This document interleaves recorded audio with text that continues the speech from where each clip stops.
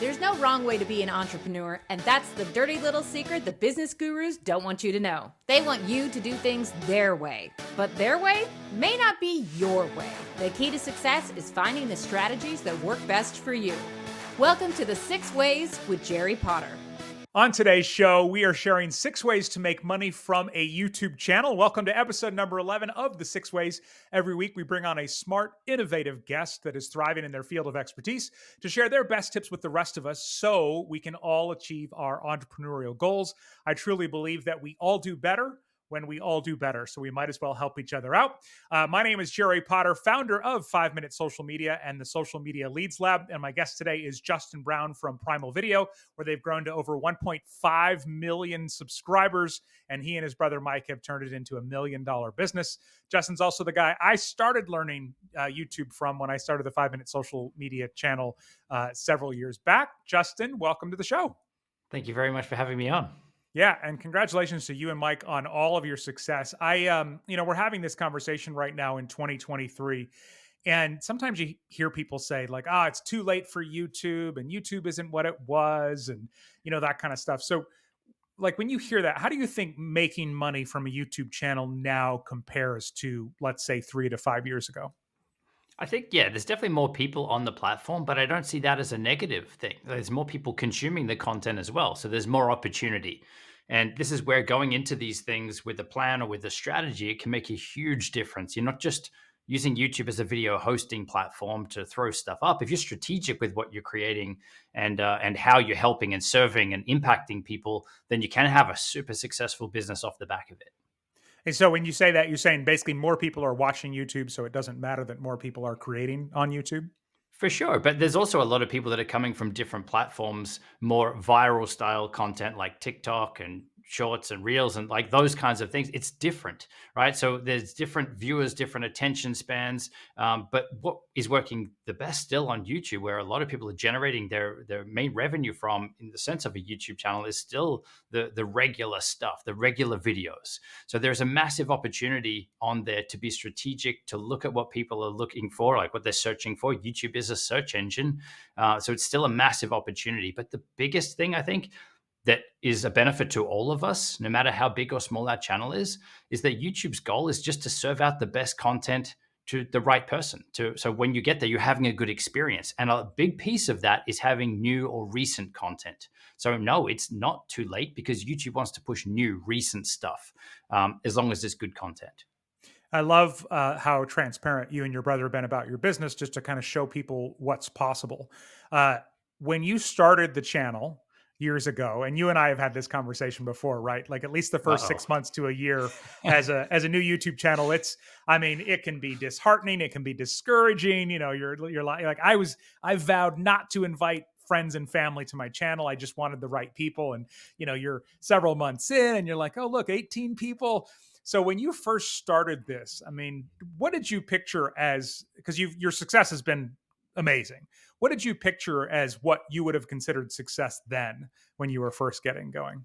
I think when we first started the channel, I remember having a conversation with Mike and like, hey, wouldn't it be good if we hit 1,000 subscribers? Or imagine if we hit 10,000 subscribers. Like, that would be crazy. And then it's been a journey to hit these milestones and things, but it's almost then like that was the driver of seeing the comments and the impact come through. So while we create videos on YouTube, I'm not a YouTuber. I'm using it to show up, to help, to impact people, to build a business, to deepen relationships with people, to help them more. Like it's a business tool. And if it wasn't working as a business tool, then we wouldn't be doing it. Right. As you said, it was definitely a slow start, as most people have. We've made pretty much every mistake under the sun for that. Our first 6 months, we had 49 subscribers, including multiple channels that I'd created for my mom, different brand names and things, just to subscribe to the main channel. Yeah, right. Just to make it look a little bit better. But look, it's crazy to me that we're at the numbers that we are. But the thing is really coming from that place of adding value. And I know that you've got exactly the same with your channel. You're showing up, you're helping people on autopilot. When they've got a pain, a problem, something that they're looking for, then you're able to show up. And this is the power that's available to all of us. And it's no holds barred. You're not holding back from your audience. You're helping them with whatever the topic of that video is. You're helping them solve that pain or problem. The ripple effects from that can be huge. So one of the drivers that was massive for us early on when I was thinking about shutting down the channel, I know that Mike was thinking the same, when we're hustling, we're grinding, we're not seeing any return, we started to see some comments come through. And there was one in particular that was a real slap in the face for me to get out of my own way and just continue and really try to figure this thing out. And it was a comment in one of our videos, and it said, "Thank you so much for making this video. You helped me make my first video around raising awareness for autistic children." Like, wow, okay. It's not about me. It's not about my fear of being on camera or imposter syndrome or any of this stuff. Like, this content can help people.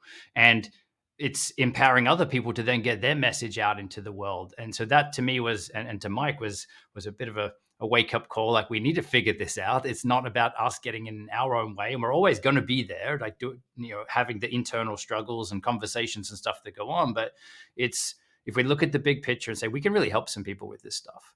And, people are going to be looking for stuff 24/7. How do we show up to be the guide there to help them? That's really been the driving force behind it. I love that. And that's kind of the theme behind this podcast is, we all do better when we all do better. And so that's kind of my goal too. It's like, let me help good people get their stuff in front of good people. And, that ripple effects can be absolutely amazing. So, all right. So we're going to share 6 ways to make money from a YouTube channel. Also, our question of the week from Joni: what's the best way to make money from a small channel? Some of that may come up as we go through some of these. I don't know exactly everything Justin's going to say, and he doesn't know everything that I'm going to say. So we'll see, but we'll definitely address that at the end. So make sure you stay for that. So what we do here on the show, Justin, is we do rock, paper, scissors to see who goes first. All right. Okay. I assume you know how to play rock, paper, scissors? We get it. Yeah, okay. We're good. Yeah. Thought about a coin flip, but I figured it would fly across the room and it'd be a whole mess. So, 1, 2, 3, shoot. And obviously, you have to hold it on camera to be fair, which is what I didn't do in the beginning. Everyone thought I was cheating. So, all right, you ready? Okay, here we go. Yeah. 1, 2, 3, shoot. Oh, I went on 2. All right, Justin has scissors. I have paper. It's backwards. So yes, you.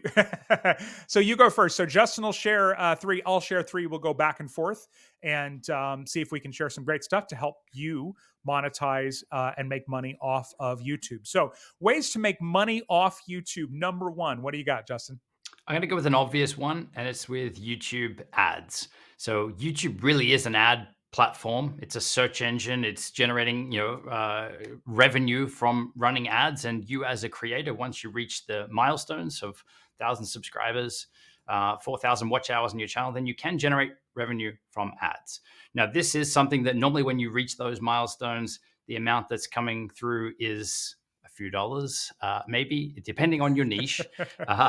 So this is something that we see all the time. People are like, yes, I want to get monetized. And yes, it's a great goal, to a milestone to hit, but it's something that grows over time. Like, the more your channel grows, the more you're getting impact on the platform, then this amount can definitely grow to be a substantial amount of income.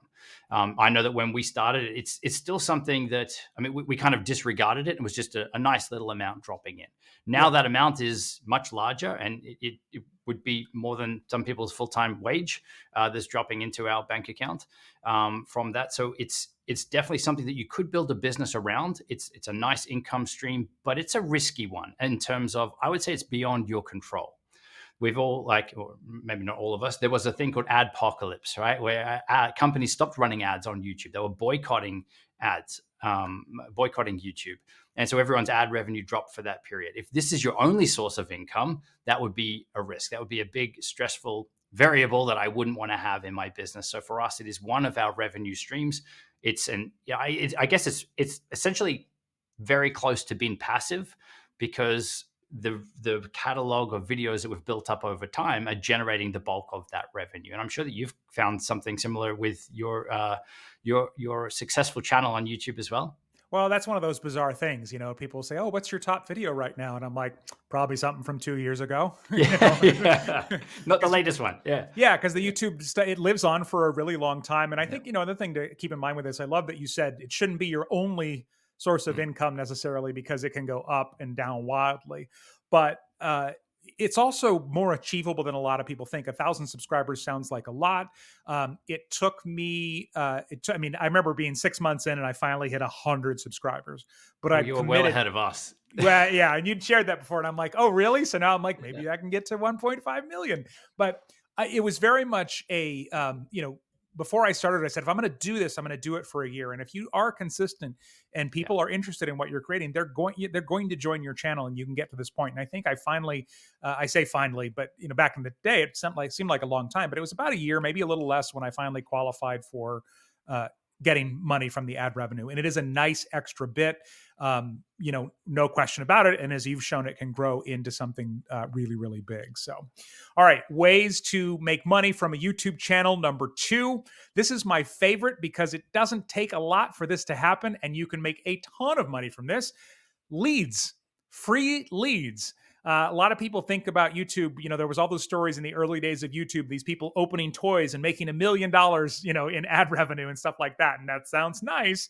But if you have a business where you do anything at all, leads are really, really powerful. And it's the only reason I have a business is because of the leads that I get from YouTube. I make videos that people are searching for. I invite them to join my email list, and off it goes. And some of the, probably the biggest example is some of the real estate clients that I work with. They don't even necessarily put together a video every week like is recommended. They'll literally just do a few key videos, and then they'll get a lead that generates $30,000, or they'll get a lead that's an investor, and they're like, yeah, I'm looking to buy 10 rental properties in the next year, or whatever it might be. And so it's really amazing what that can mean. And for me, this was the first, I didn't even think about this when my channel started, but the first money I made from YouTube, I had 17 subscribers, and somebody said, "Do you consult?" in the comments. And I was like, sure. I was working at a marketing agency. I was qualified to consult, but I wasn't, I had no offer. And next thing you know, I'm making money. And so leads can come from a tiny, tiny channel, which is really, really powerful. And I would assume leads is kind of one of the, biggest ways it helps your business too, right, Justin? For sure. I mean, as you touched on, like we use organic YouTube as organic traffic. We grow our email list. I think right now we're growing our email list between 8 and 9,000 new opt-ins every 28 days off the Hmm. back of YouTube. So no paid advertising or anything. And most of our videos don't have a lead magnet or an opt-in on the back. Only the ones where it is like the next best fit for the viewer based on that video that they're watching. So there's massive opportunity here. You're showing up and you're helping people solving their pain or problem when they need it. That it's the big percentage of those people, if they liked your content and you did genuinely help them, will want to take that next step, will want to come and work with you one-on-one, will want to join your email list and find out how else you can help them or how else you can work together. And that's really where this strategy of coming from this value first with your content, it flows through into all of these things. And that was one of the things that I was confused by when I was, when I was first starting out and I was watching your videos, and I'm like, they're never selling anything. How are they making money? It was like they're just giving everything away, and meanwhile behind the scenes, there's this big business happening. And I didn't even have an email list, when I got this client off of YouTube. They left a comment. I said, email me here. I didn't have a business email. It was just my Gmail account. And next thing you know, I had a client. So that's a massive way to do it early on, even with a small channel. So, all right, ways to make money off a YouTube channel. Number 3, what do you got, Justin? Affiliate revenue. This is our biggest revenue stream for us. So we've got 3, which happen to be my 3 that I'm talking through here. But so we got YouTube ads, we got affiliates is this one. So affiliates is where you receive a commission or a fixed fee for, I guess, recommending someone to a product or service where they sign up and buy.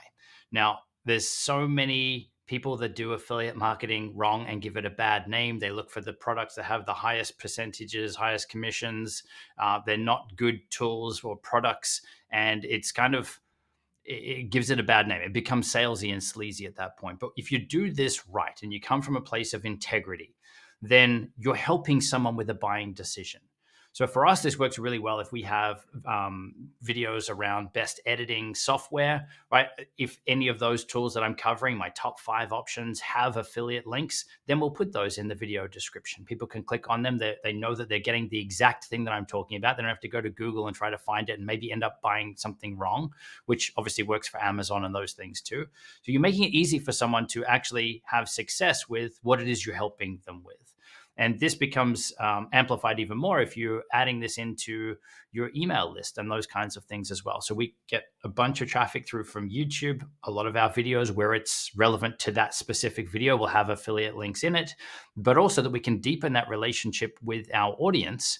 So if someone finds us, say, through learning to edit videos and they download our free editing guide, from there, we're able to automate some emails and stuff out to them to help them learn editing. But some of those could be affiliate links, different tools and places to maybe find stock music that you'll want for editing videos, or stock footage, where we have our recommendations in there as well. So again, it's coming from that place of how do we add value? How do we help people get where they want to go, learn video editing, create better videos, grow on YouTube?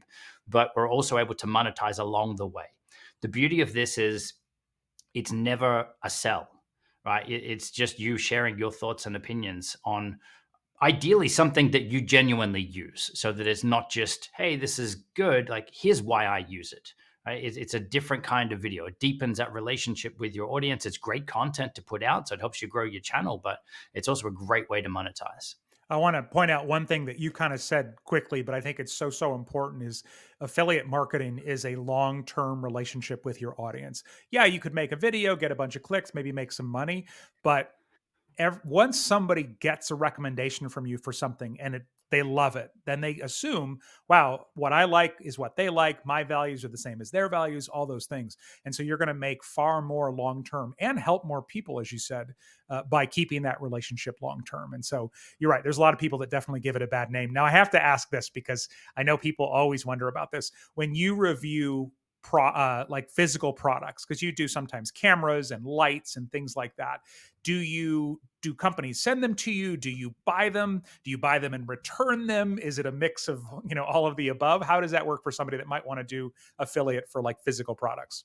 Yeah, like I would say, to start out, you should just review the stuff that you're using. There's a reason that you're using the gear that you're using, even if it's because you got it for free or that's all you had. There's still, like, it's working for you. You're using this to create, to run your business, whatever it is. So that's a great place to start. Yeah, we get offers all the time for people to send out their products. They want to sponsor content. They want us to review it and give it a good review on YouTube.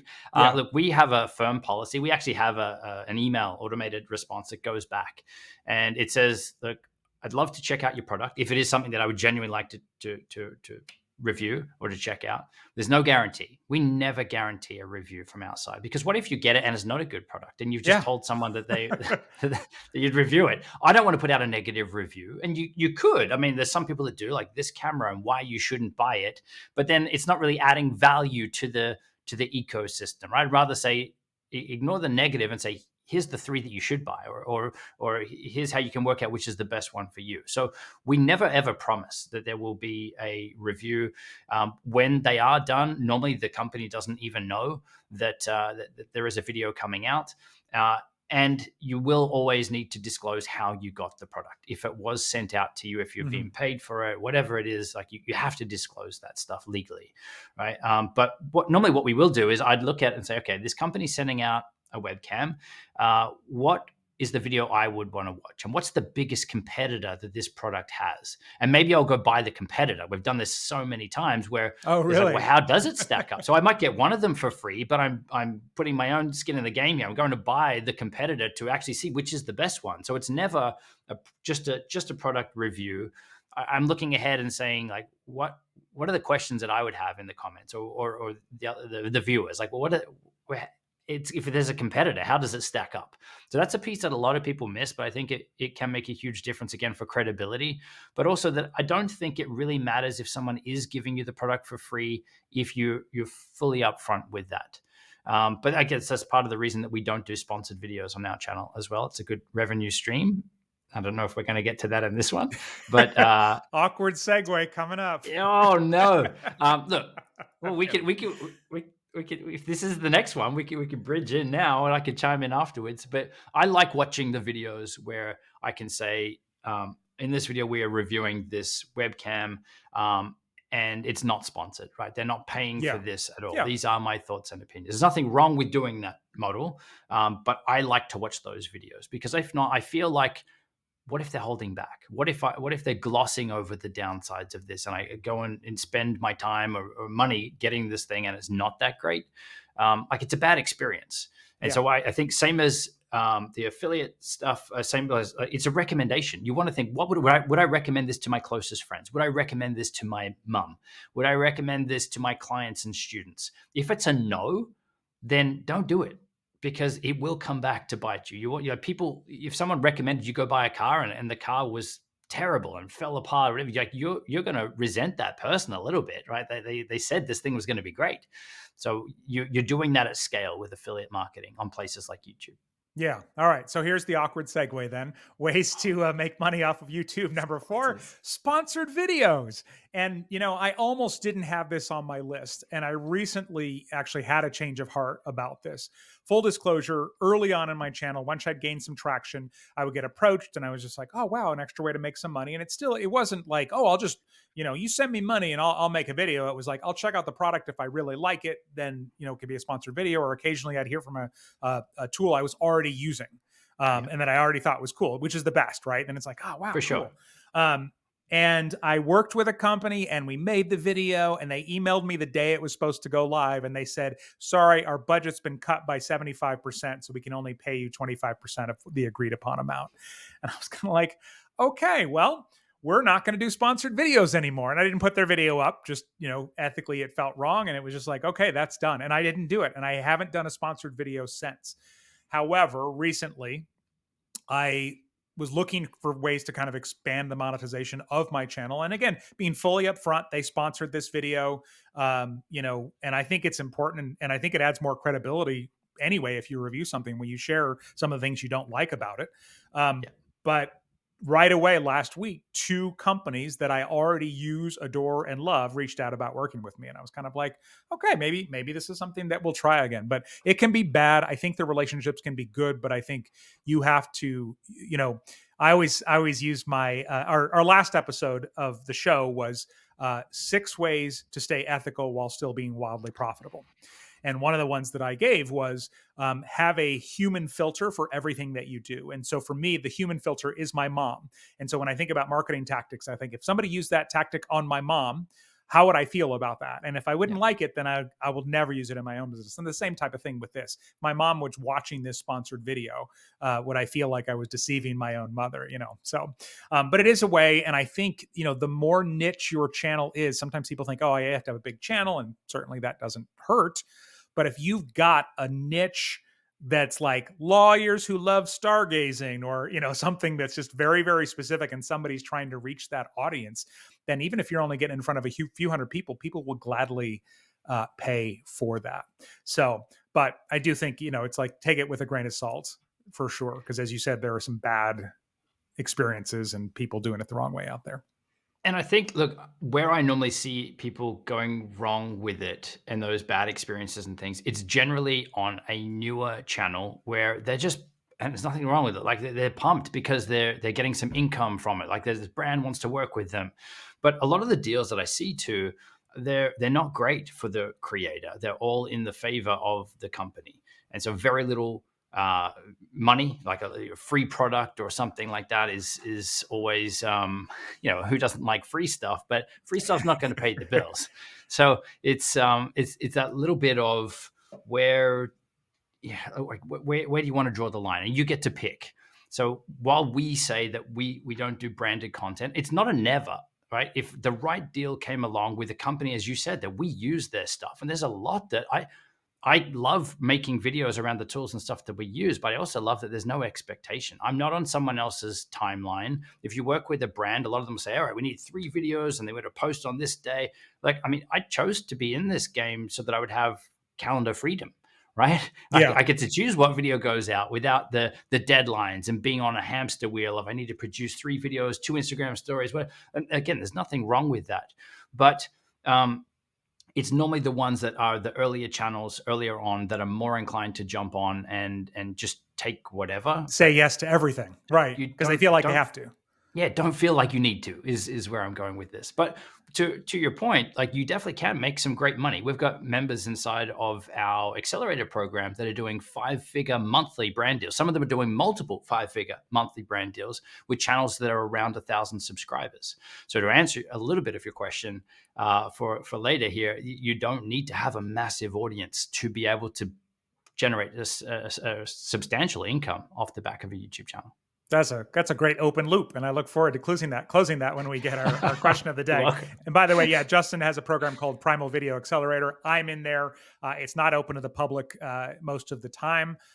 If you're interested in growing a business and a YouTube channel, maybe there's a way to sneak in, and we'll share that here in a second. But ways to make money off a YouTube channel, number 5. What do you got, Justin? Digital products. So this is where you have anything, could be as small as an ebook through to an online course, a membership. It's something that essentially you can create once and sell an unlimited amount of times.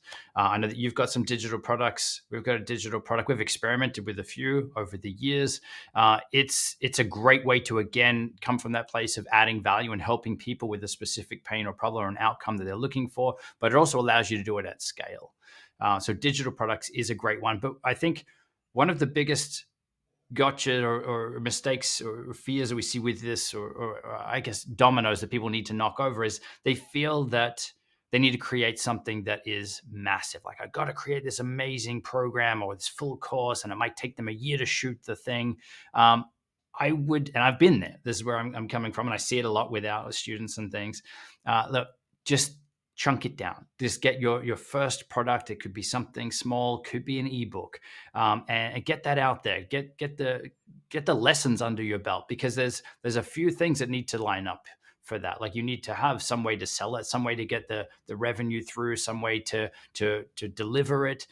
So I'm not to scare you. It's definitely a great way to make money, and it's the third way that we make money. We have our membership that you just mentioned, Primal Video Accelerator, but it is something that does take a little bit more work to spin up. Yeah, it's 90% of my income easily is memberships Awesome. and courses and digital products. And the great thing about a digital product, I mean, physical products, you've got to think about storage and shipping. And I mean, there's so much more to manage. And a digital product, if you've got something to offer, you can create at little to no cost. So it's much lower risk. And I love what you said about just starting small, because if you have a video that gets picked up in search and takes off, and you're promoting a $9 product, you can make a lot of money, Yeah. and this kind of goes back to, I'm sure some of the affiliate stuff you promote, it's like, hey, you made 85 cents. Oh, Well, but if you do that 1,000 people, yeah. all of a sudden it's like, hey, that's some really good money there. And so, like, on that point, this is something I completely forgot to mention with the affiliate stuff. I dismissed affiliate revenue at the start, because why would I go through the effort of signing up this affiliate program and then doing videos on this thing and putting the link in and whatever. Like, it felt like a lot. For maybe we were recommending a $10 microphone or something. So the percentage on that could be a few cents. Yeah. Right? But that does scale over time. And this is where, I think affiliates, I know that we've moved on from that, but it grows and scales massively, or can grow and scale massively over time. And what starts out as a few cents definitely snowballs. But the same can happen with your digital products too, right? And this is where there's so many different ways that you could then market them once you've built the thing, and different versions. So maybe your product you create is an ebook, and then, all right, to the people that got the ebook, we get some testimonials or feedback from them, which is going to help you get more people onto that ebook and make more sales. Then maybe you find that you're doing a course next. All right, how do we help these people that like the ebook? How do we help them even more? So it could be a course, or it could be an online coaching program, or something like that. But it kind of stems from taking action and starting, but coming from that place of, how do I want to show up and how do I want to help and serve? Yeah. All right. Ways to make money from a YouTube channel, number 6, swapping audiences. So there are a couple of other ways to make money from a YouTube channel that we'll just mention in passing in a second, but I decided to skip all of those and talk about this one, because I think this is one of the most overlooked opportunities. Once you have an audience, you have an asset that you can then give to somebody else, and then they can return the favor back to you. And so even if you had 100 engaged subscribers, let's say, and especially if it's a very specific niche, you find somebody else who's targeting the same people, and you can do a video swap, you can do an email swap. There's so many different things that you can do with it. But the reason it's so effective is if I already follow Justin, for example, and then he says, you got to go follow this person, basically that other person gets to borrow Justin's trust that I have in him and Justin's authority. And I'm like, oh, I'm going to go check that out. Similar to an affiliate recommendation, right? You've built up all of that trust. And so in the day and age of AI created content and everything starting to sound the same and look the same, I think collaborations are on a whole new level with this. That was part of the inspiration behind this show too, was to help introduce more people to my audience and collaborate and build these relationships and things like that. So that's something where, you can't necessarily do it with an audience of 3, but you can certainly do it long before you have 1,000 subscribers or 10,000 subscribers or anything like that. So, and then just to mention, because these exist, obviously, there are other things you can do in YouTube once you get to a certain level. There are actual memberships. People can pay like up to $4.99 a month to get access to special content. There's something called Super Chat, Super Stickers, where when people engage with your video premieres and your live videos, they can spend money to be featured and different things like that. I've actually seen some people do live Q&As, and if you do a super chat, basically you pay, you get bumped to the top of the question list. Which for some people, I mean, imagine you're the expert you want to talk to so bad, and you're like, wait, I can spend $5 and my question get to the top. Guaranteed to get answered, and I don't have to sit here for 2 hours, hoping. And exclusive ones too, right? With the YouTube memberships, you could have exclusive live streams, so only for the members.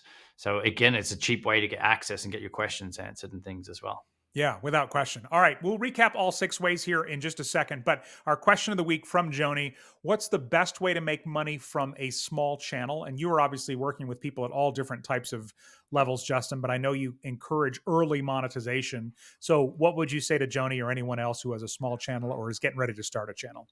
I'd say the fastest way to make money, irrespective of the size of your channel, if you need money right now, the fastest and easiest way to do it is to trade your time for money. So what I'm talking about, we touched on a little bit in here, is to offer something where it's a done for you service or a one-on-one coaching or something. Like someone reached out to you, Jerry, in the comments and said, hey, how can we work together? That is the easiest way, because you don't need to build a product. You don't need to wait for affiliate revenue to become something substantial. So it's something that it's easy access. There's skills and things that you could do, that you could offer to help someone with. So that is the fastest way through the lead side of YouTube that you could make money.